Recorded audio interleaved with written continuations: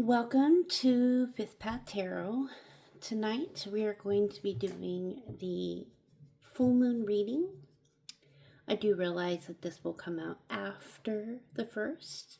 However, the energy of the full moon is still at my disposal, all of our disposal during this time. It typically goes anywhere from 3 to 4 days before and 3 to 4 days after as well. So the decks that I will be using tonight are going to be the Antique Anatomy Tarot, the Deviant Moon Tarot, and my oracle decks are the Moonology Oracle and the Rebel Deck Oracle.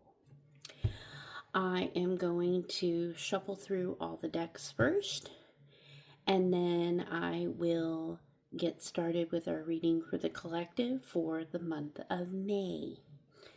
Alrighty, let's go ahead. And just a brief explanation for anybody that happens to be new here. I call my channel the Fifth Path Tarot because my life path number is the number 5 in numerology. And I discovered that when I use the number 5 in certain areas, in particular with tarot, I shuffle my decks 5 times, that I got a much stronger reading out of it. So that is where the idea of the name for my channel, Fifth Path Tarot, came from. So I believe that was number 3. We're going to hit up number 4 now. And then number 5. And then I will shuffle these. 1, 2, whoa. 3, 4, and 5. And I will go ahead and pull the 5 cards that I'm going to be taking for this reading. We have 1, 2, 3, 4. I don't look at them. I just pull what jumps out at me. Spirit tells me essentially what cards to pull. So I will set these off to the side. We will move on to the next deck. If you want, you can always skip ahead to the actual reading itself, but I think sometimes I like to make sure people can see that I'm not doing anything shady. I don't, pre-pick the cards ahead and that kind of thing. I try to make sure you all understand that this is genuine, what I'm doing here. So that there isn't any confusion about it, that I really am pulling what the Spirit leads me to pull. That's 4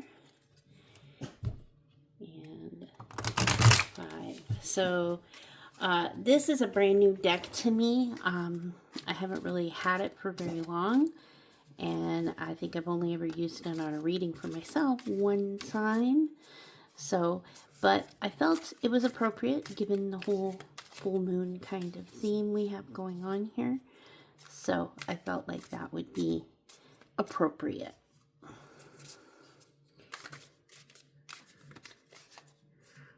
And 5. Any clarification, Spirit, for the cards that I have previously pulled? Thank you.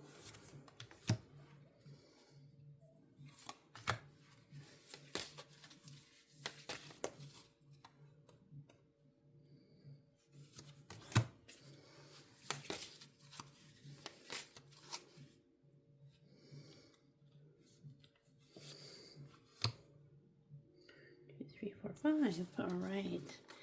We got our 5 there. And then when it comes to the oracle decks, I do still shuffle the same, but I typically only pull 1 oracle card, unless the second one happens to kind of jump out with it for the most part. So, whoa, 2,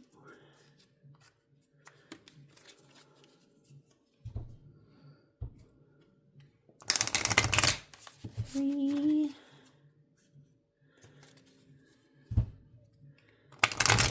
4, and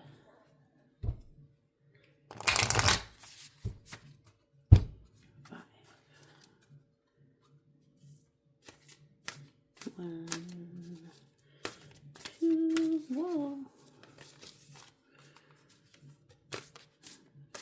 3, 4. Well, I don't know about you, but that felt like those two actually really wanted to come out, so I'm taking them. And I'm going to go ahead and shuffle the Rebel deck, but because the Rebel deck doesn't have a side where you can't see what's being written on it, I close my eyes when I pull it, and I will stick it under here, and I will not pull it out and reveal it until it's time to actually read the card, because I don't want to see what it is ahead of time, or have you see what it is ahead of time. So that is how I handle the Rebel deck, to ensure the proper pulling of the card, that you know that it's really coming from Spirit and it's not coming from me eyeballing it ahead of time. Whoa.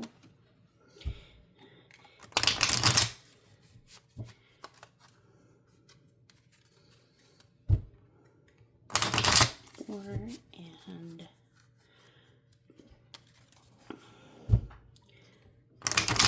5. And then we'll do the 1, 2, 4, 3, and 4, 5. So I'm closing my eyes now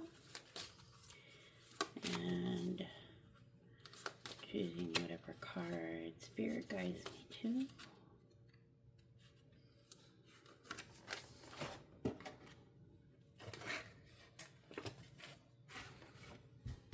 Okay. All right, so we have those chosen. I'm going to set the Oracle card and the Deviant Moon over there, and we'll reveal these cards. So we have, pardon me,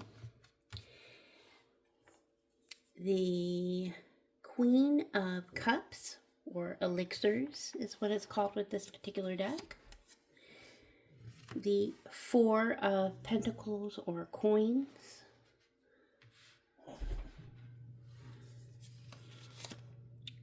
The Knight of Cups. I'm trying to make them not look like all cattywampus. I think my camera is a little cattywampus. Pardon me. There, that's much better. The Emperor, but in reverse. And the 10 of Wands, or Rods in this case.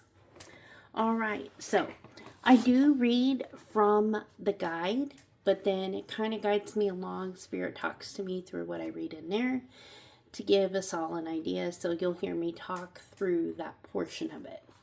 So we're going to start with the Queen of Cups.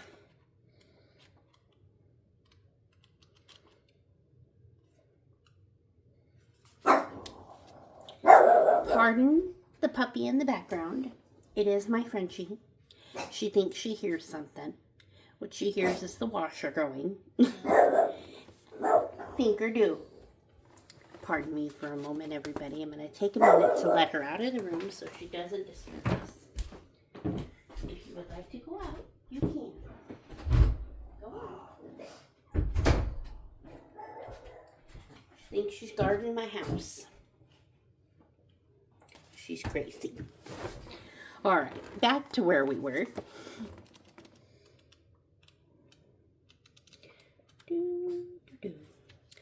All right, So it gives us, in this particular guidebook, 3 options or 3 parts. We have the card as a person, we have the card as a situation, and then we have the card's keywords that come up. So, pardon me, that's the pug baby. And she's causing issues. So, you want to go out? Then be quiet, please.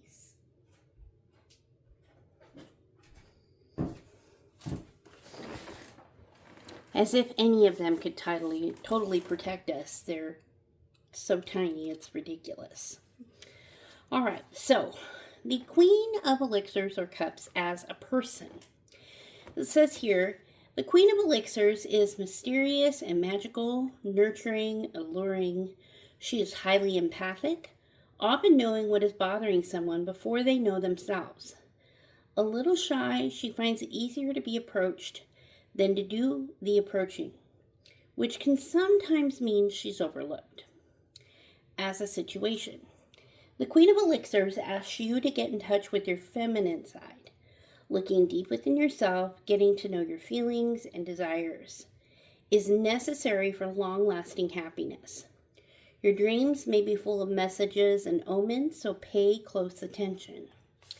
And the key words that came here are nurturing, elegant, perception, visions, kindness, and intuition. So I do feel that this particular full moon is a time of more introspection, and the Suit of Cups is about emotions and what's going on emotionally. So I think in this particular situation, this particular card, specifically with what the book was saying, it is a time to pay attention to what you are seeing in your dreams. In other words, Spirit's going to speak to you through that kind of a way, through your intuition, through your dreams. So be listening for what that's going to kind of give you, Spirit's going to give you guidance in that way. So pay close attention to your dreams, pay close attention to your intuition. If it feels good to your gut, then it's probably the right way to go. So moving on, we're going to go with the 4 of Pentacles or 4 of Coins. All right, and the 4 of Coins says, the 4 of Coins appears when you hold on to resources too tightly. This type of attachment is not doing your health any favors. This card is a reminder that material wealth requires flow. Money becomes useless if you aren't using it to pay for the things you need. You may be concerned that someone is taking from you or believe that they aren't as deserving as you are. Beware, this type of materialism keeps you in an agitated state that holds you back from acquiring more money and experiencing positive interactions in life. So the key words with this particular card are greed, materialism, agitation, conservative, fear, obsessive thoughts. Life is all about balance, and what this is calling you to is a balance. Think about it. It's an even number. There's 4 coins. You have to have a balance with your finances, just like everything else, and your resources. And hoarding them all or being afraid is more of the impression I'm getting. The fear of using what you have to do productive things. You sit back in fear and you don't go anywhere. You don't progress forward. You don't move forward. She's cautious. Remember the line about the queen being a very cautious kind of person? Well, I think in this situation, that's you, and you're actually being a bit too cautious. And it's asking you to listen to your intuition, listen to Spirit in your dreams. They're going to guide you to use your resources and what you have for your highest good. So don't be afraid to take that step forward, and using something, it will come back to you. I don't want to say like tenfold, threefold, or whatever. I can't make you a promise about what will come back to you, but the reality is what you put out is what you get back. And so using those resources, they will come back to you. Okay? All right, moving on to the Knight of Cups, or elixirs.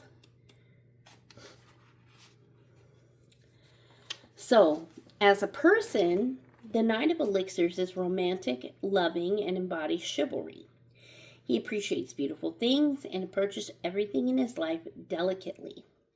This guy is so dreamy that occasionally he gets lost in the clouds and doesn't follow through on his promises. As a situation, the Knight of Elixirs appears in a reading when a caring and affectionate disposition is needed.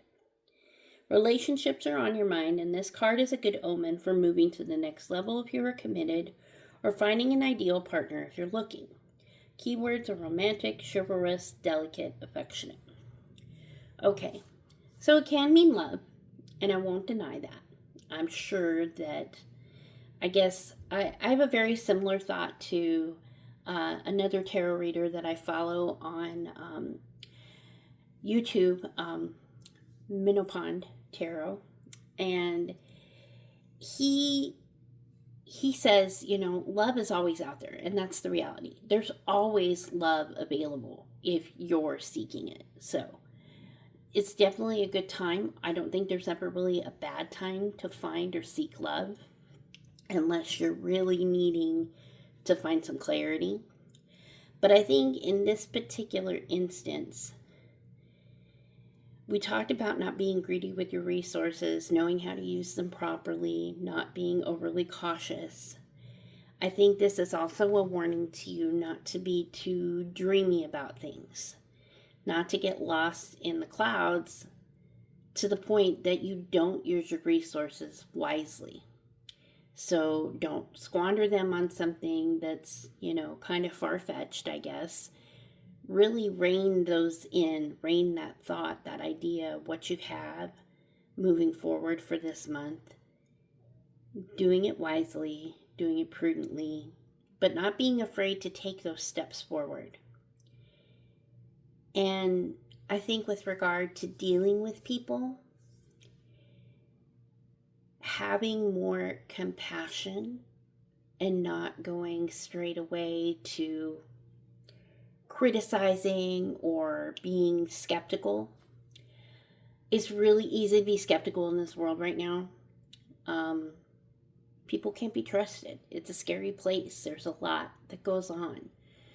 But if you don't take the risk of trusting or trying, then you never get anywhere. You never move forward. You never progress. So don't be afraid to do that, I think is basically what this is saying to us here. For this month, we need to not be afraid to take that jump to move forward, to progress. All right, so next we're going to go to the Emperor, and this time the Emperor is in reverse.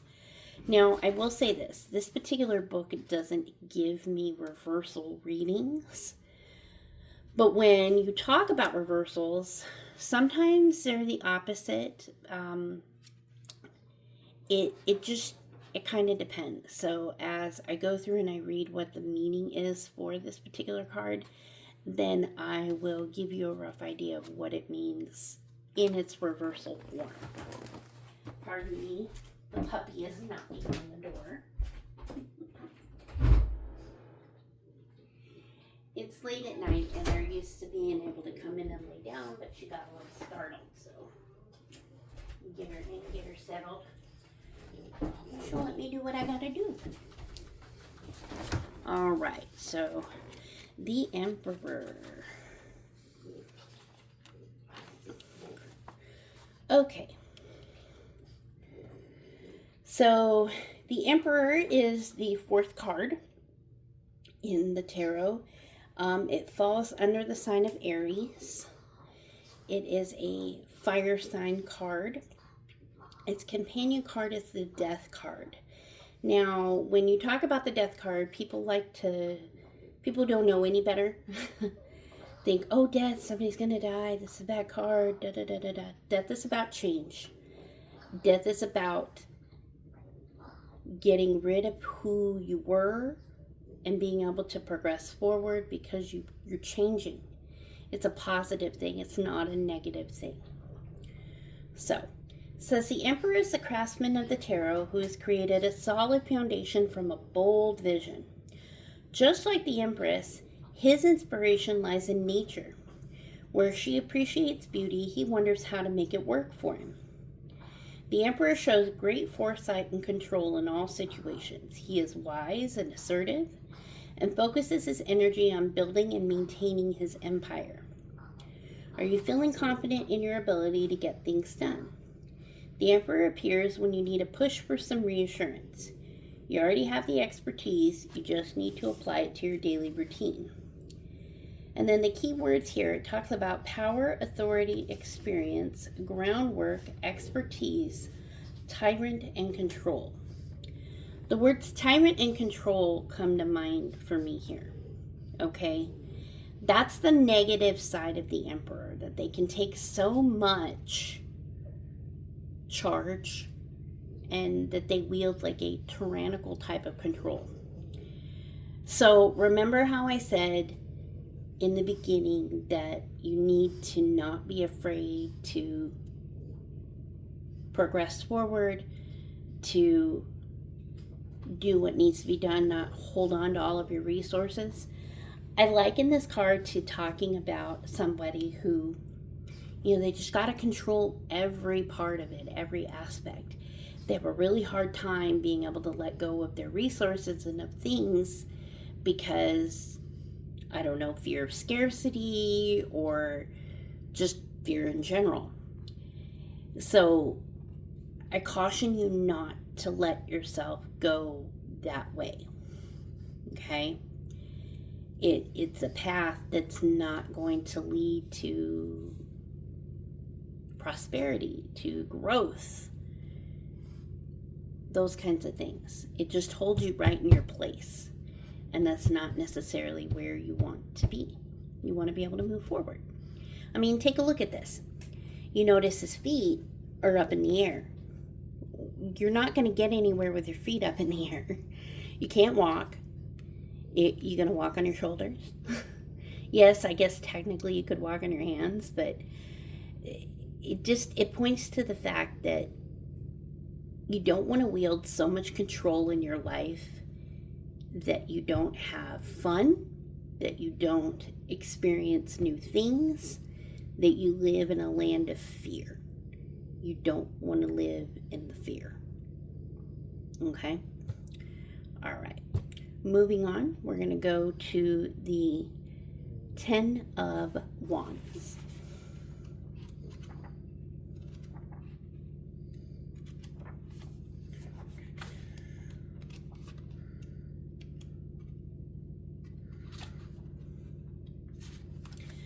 So the 10 of Wands or Rods says you have reached the end of a cycle and it is becoming clear that scaling back in the future will make you more productive in the long term. Remember I talked about letting things go? What steps can you make to reduce your burden next time? Maybe you need to take on fewer commitments. Perhaps bring in outside help. What if you only focus on things that excite or inspire you? The 10 of Rods is also a great reminder that with every success comes more responsibility, and that being aware of your limitations is not a sign of weakness, but of strength. Keywords here are persevere, scale back, ending, burden, overload, pressure. All right, clear picture now. In the month of May, you need to focus on streamlining things in your life, people, actual physical things, activities, everything, and getting to hone it to you have a clear direction where you want to go. What are your goals? What's your main goal? Where are you headed? And anything that is going on in your life that does not align with your path, your correct direction, trim it off. Let it go. Don't be afraid. Don't try to hang on to it and have control that way. Be smart enough to let things go that need to be let go. Don't allow fear to rule you, because if you do, you're not going to be able to walk. You're not going to be able to move forward. And that's what we want. We want the ability to move forward. Okay? So that's our first deck.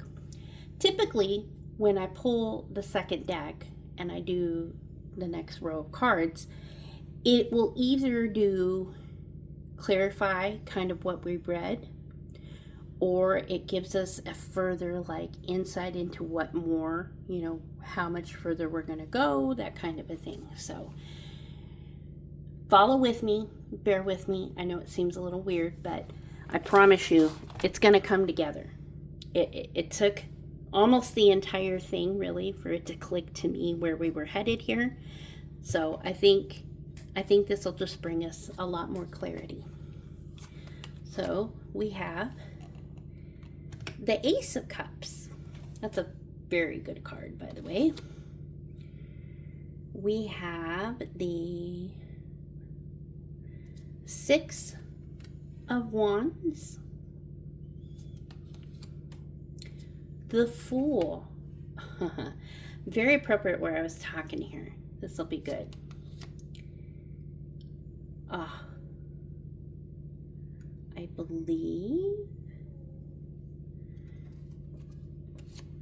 believe this may be, I can't tell if it's the Death card, the Devil card. I could be wrong, but we're going to look it up real quick because I am hella curious.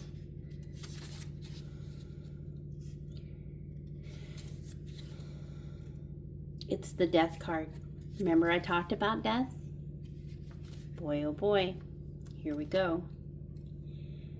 And we have the Seven of Swords. Okay. All right. So let's talk about this. The Ace of Cups. Aces are excellent cards. They're beginning cards. They are also, not only are they beginning cards, but they're very positive in nature. It says I'm looking at the wands. We need cups. There's swords, wands, cups.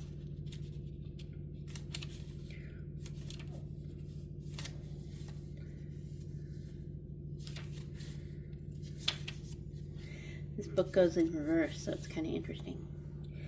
It says, an angel lovingly cradles the golden chalice against her body. Her warm spirit invigorates the liquid she holds, inviting the moon to sip of its essence. Upright meaning, abundant pleasure, fullness of spirit, beautiful situations in life. That's the result of not being afraid to change, not being afraid to clear the clutter. You clear the clutter and you can see very clearly what's good, and you get the ability to enjoy it because you don't have anything standing in your way. Okay? Now we're going to move on to the Six of Wands.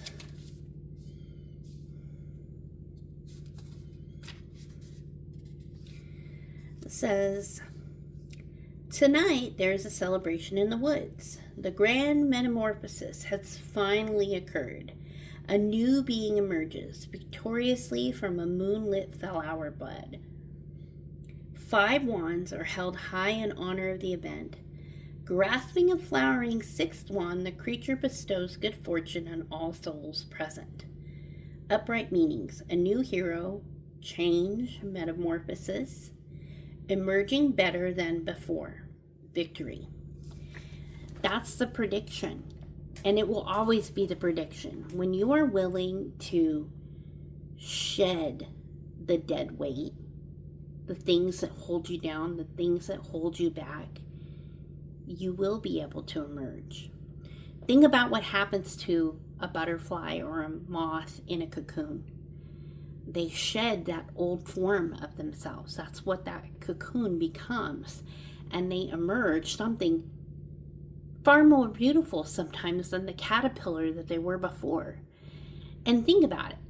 Caterpillars don't move all that fast. They don't progress forward very quickly, but butterflies can fly. They can soar. The possibilities for them are completely endless. That's what this is saying about you. Shed the dead weight this month. You will be able to soar. And that's why I like the Fool coming up next. I'm excited about this. So this is another beginnings card, the Fool is. It's the first part of our journey here.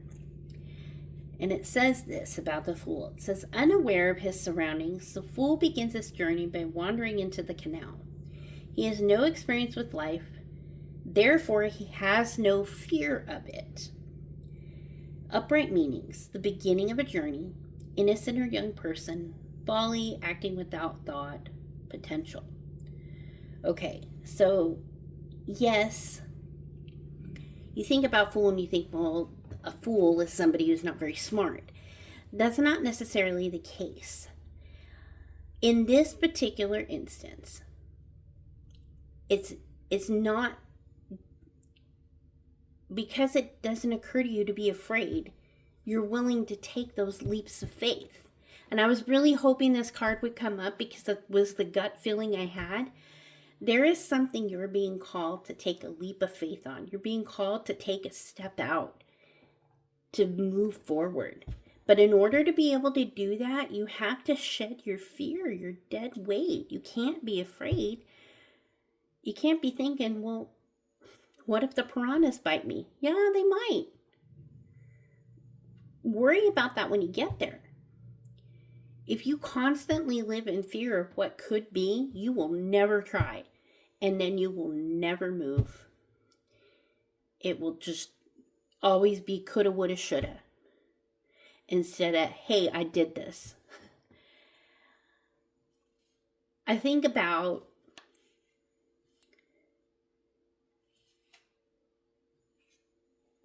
death is something that I've actually, interestingly enough, thought about a lot about lately.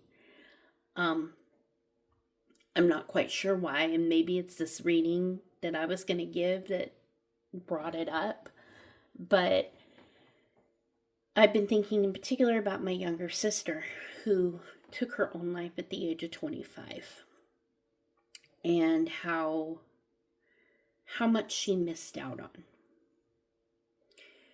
Her fear got the best of her so much so that she gave up altogether. And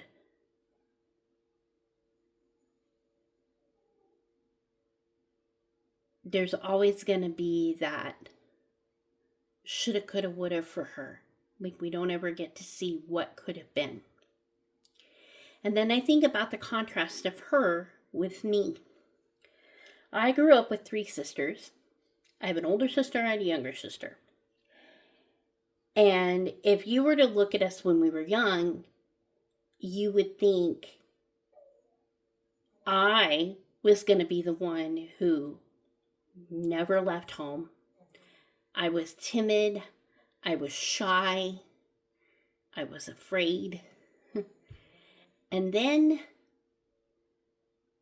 I don't know why, I joined the Navy.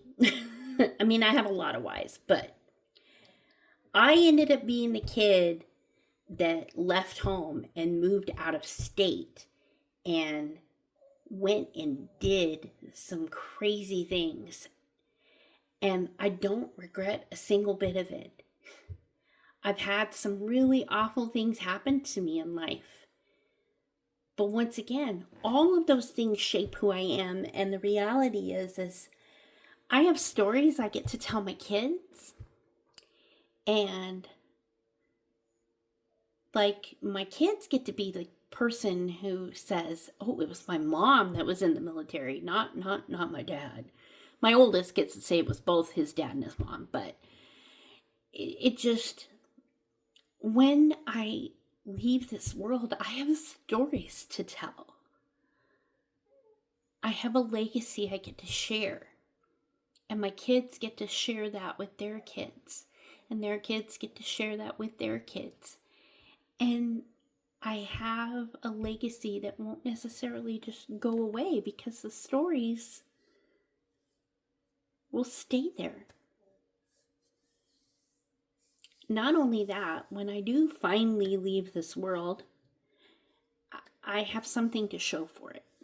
And that's what I think you're being called to do. The fear that you may be living in about moving forward and trying something different, you want to have control. You're never going to have complete control of anything. There's always going to be factors that are beyond you. But if you constantly are afraid of that, then you never move forward. That's all I can say to that. And don't you want to have something to say in your obituary when you go? Instead of nothing at all? I know I do. I want to have good stories. Definitely. All right, the death card. Change. Bear with me, I'm pulling it up here.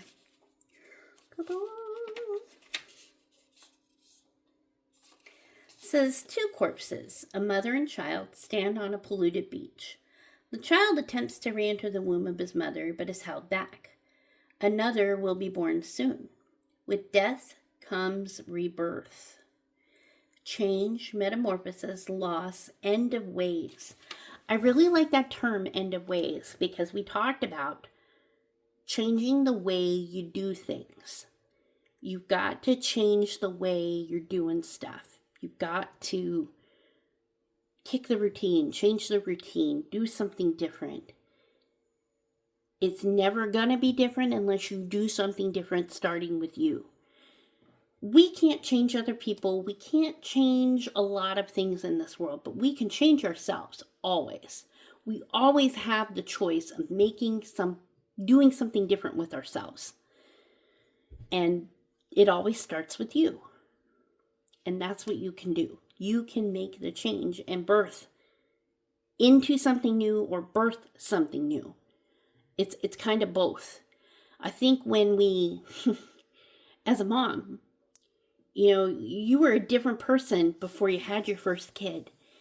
And then, Lord willing, you're the kind of parent that when you had that first baby, everything changed. All of a sudden you had something depending on you.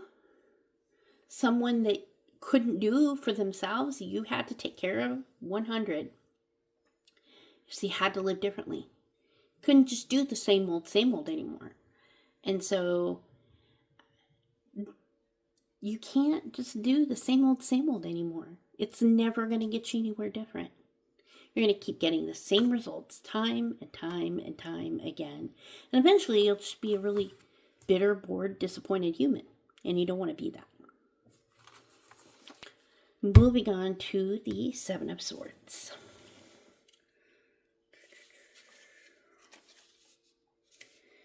Says the Harlequin attempts to swallow his swords in a dramatic display of skill.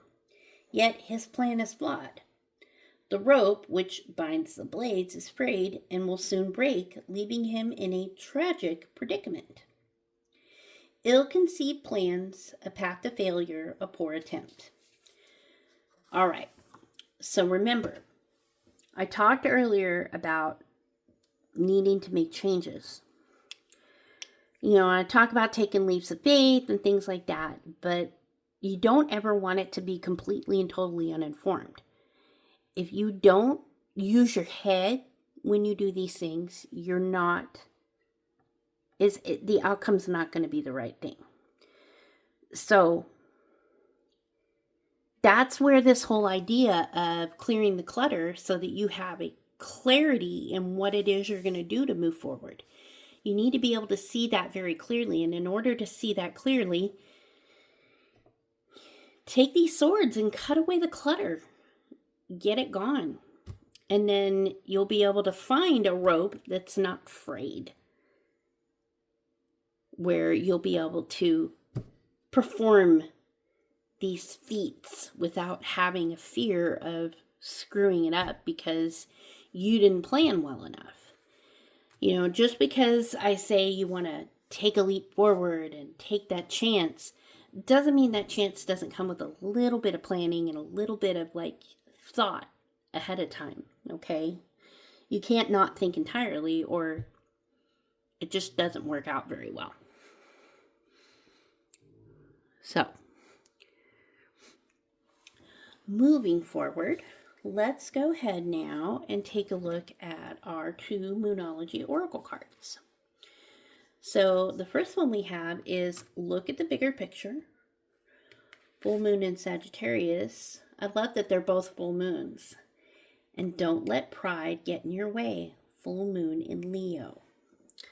All right. I think these are both going to be fan-freaking-tastic. Let's take a look here.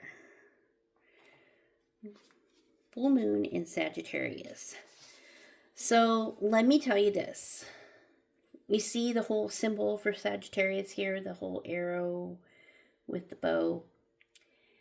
Sagittarius people are very adventurous, very bold, willing to just get out there, and they want an adventure all the time. They embrace change very well, okay? It doesn't faze them the way it does some other people. And then you think about Leo, the lion, very bold, leader, powerful kind of a thing. So let's take a look at these. 84 and 76.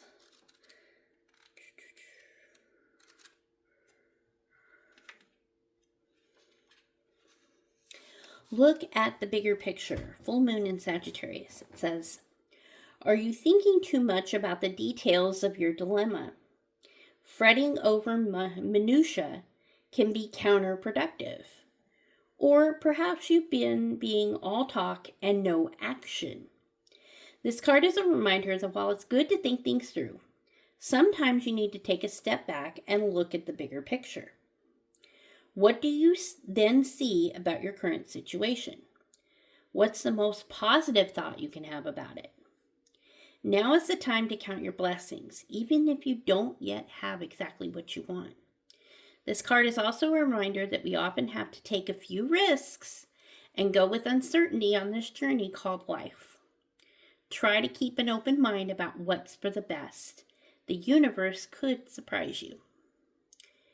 Attune to the moon, it says. To attune to this moon, take time out for a mini break or adventure. Some additional meanings as this could have. This is a situation you may have come around because you've been distracted. Be confident without being overconfident to win the day. Have you shown that you care? If not, now is the time. Find a balance between speaking your mind and saying too much. The teaching, it says the full moon in Sagittarius is a time when we are reminded that life is an adventure and there's a big wide world to see beyond our backyard. It's about having fun and being prepared to sail into uncharted territory. It's about big ideas versus the details. No matter when you draw this card, it encourages you to take a look at the bigger picture. In order to look at the bigger picture, you've got to clear the clutter. You can't see it if there's a bunch of crap in your way. And that's what I talked about. And when you do look at that bigger picture, you get a clear idea of where you want to be, where you want to head. And you may not be there yet, but you can also see what blessings you have because you don't have anything in your way of visualizing that. So, all of this ties into our reading so far.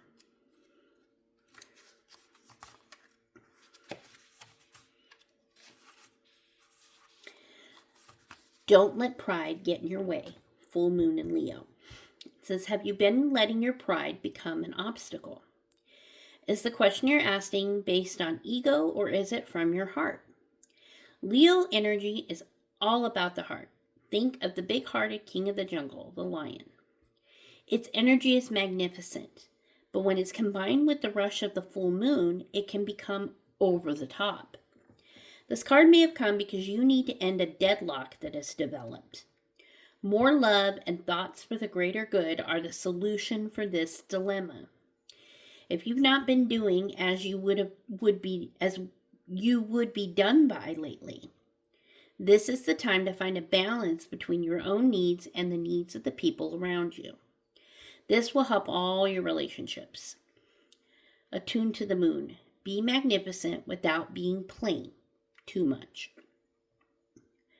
Additional meanings. Self-esteem is good, vanity is not. Everyone is equally important. Creative urges should be followed. Work some magic. And one says a friendship may be ending now. When the full moon comes into Leo, it can be a wonderfully bright time where people feel more confident to show the world their talents and assets. That's the upside of this lunation and of this card, no matter when you pull it. However, take note that the Leo full moon combination creates a sort of tension between your needs and the needs of people in your networks. Leo full moon is a time to release pride. A lot of times, what holds us back is just that. It's our pride. Too proud to say, hey, maybe I screwed up. Or too proud to think that change could ever be needed. Oh, I've got this. Da-da-da-da-da. You can't be a proud person and progress forward in life.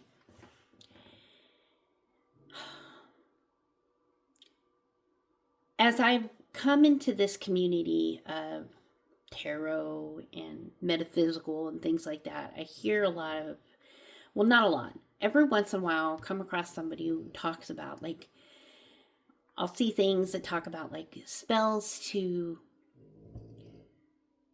they seem harmless enough, like to stop somebody from harming me or to, I think I may have been cursed, kind of a thing like that. Now, there are people out there that do that kind of thing. I am not one of them. I am a true believer in what you put out into the universe comes right back at you. And negativity will begat negativity. That's just how it goes. So if you're the kind of person that's so proud that they don't take criticism or guidance or direction from anyone else, you're not the end all be all. You're not, for lack of a better term, God. You're not the one who knows everything. Everybody's got to take a little humble pie sometimes. And that might be the case in order to be able to move forward. I think sometimes what stops us is ourselves.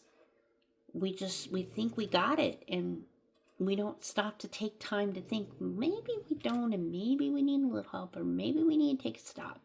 Maybe we need to take a step back. Maybe we need to look at everything and think, okay, maybe I'm wrong about this, and maybe I need to move this and let this go and kind of adjust this around, and then we can move forward. And that's really what this is about, that whole concept.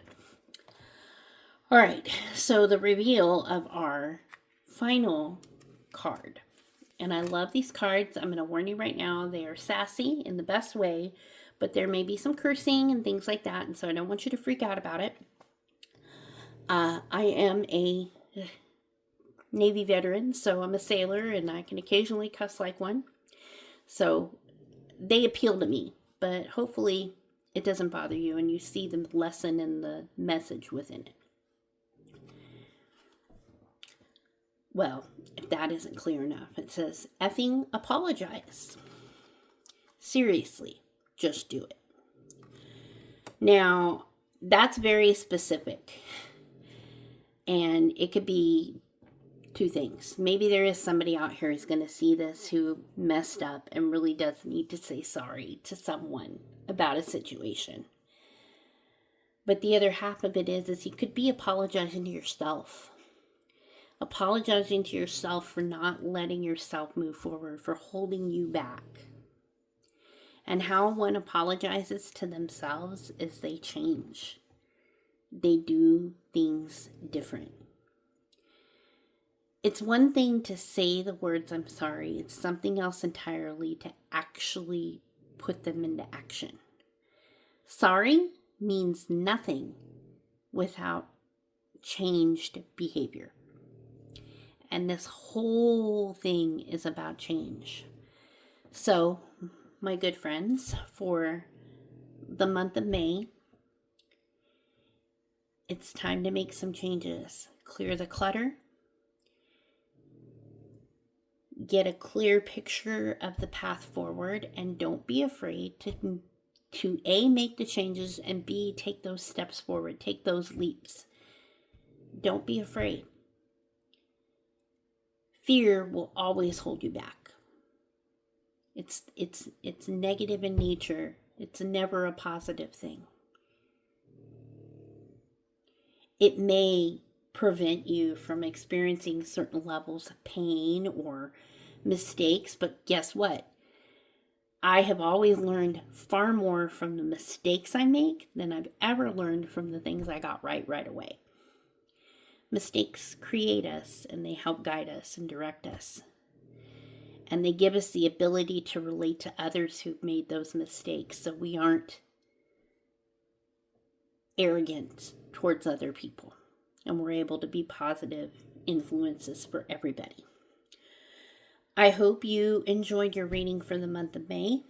And I do offer personal readings. I will post in the comments section a listing of what I do for that, links for, well, not necessarily links, but information on how to reach out to me to do a reading for you. And I hope that you all have a wonderful month. Thank you so much for being here. Blessed be.